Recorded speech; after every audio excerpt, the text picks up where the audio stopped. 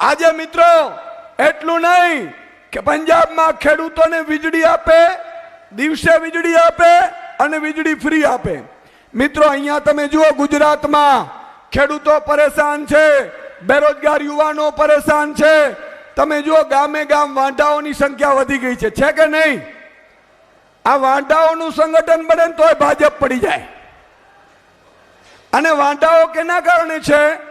એટલા માટે ભાજપની નીતિ સારી નથી। એટલા માટે મિત્રો ખેતીનો 20-40 વીઘાનો માલિક હોય પણ બિચારો બાપડો લાચાર થઈ જાય છે।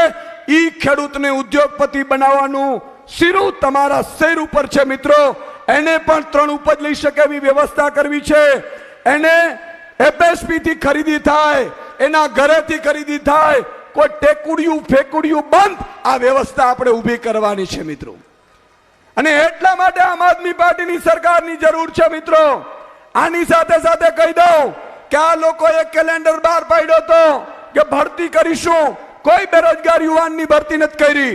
તો મિત્રો આજે આપણે અહીંયાથી સંકલ્પ લઈને જવાનો છે કે આમ આદમી પાર્ટીની સરકાર બનશે તો આપણે ગુજરાતના ગરીબો, વંચિતો, સસૂતો, ખેડૂતો, ભાગિયાઓ, મજૂરો, નાના કર્મચારીઓ, આઉટસોર્સિંગ કર્મચારીઓ, મહિલાઓ માટે મિત્રો સપના લઈને આવ્યા છે।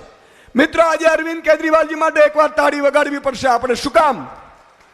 આમણે પંજાબમાં ગેરંટી આપી હતી કે દરેક મહિલાને મહિને 1000 રૂપિયા આપવામાં આવશે। મિત્રો આજે પંજાબના બજેટમાં અરવિંદ કેજરીવાલજી ભગવત માનજીએ દરેક મહિલા માટે 1000 રૂપિયા જાહેરાત કરી દીધી। આ મહિલા દિવસની મિત્રો કિંમત છે। અને આપણે મહિલા દિવસ ઉજવે કઈ રીતે? 25 મહિલાઓને ભેગી કરે અને પછી એમને કે કેમ છો, મજામાં છો? તો કે હા, તો તમારા ઘરે વયા જાઓ। એમ મહિલાઓની સરકાર ઉજવણી ન કરે। સરકાર આમ આદમી પાર્ટી જેવી હોવી જોઈએ કે દરેક મહિલાના ખાતામાં મહિને 1000 રૂપિયા નાખીને ઉજવણી કરે છે મિત્રો।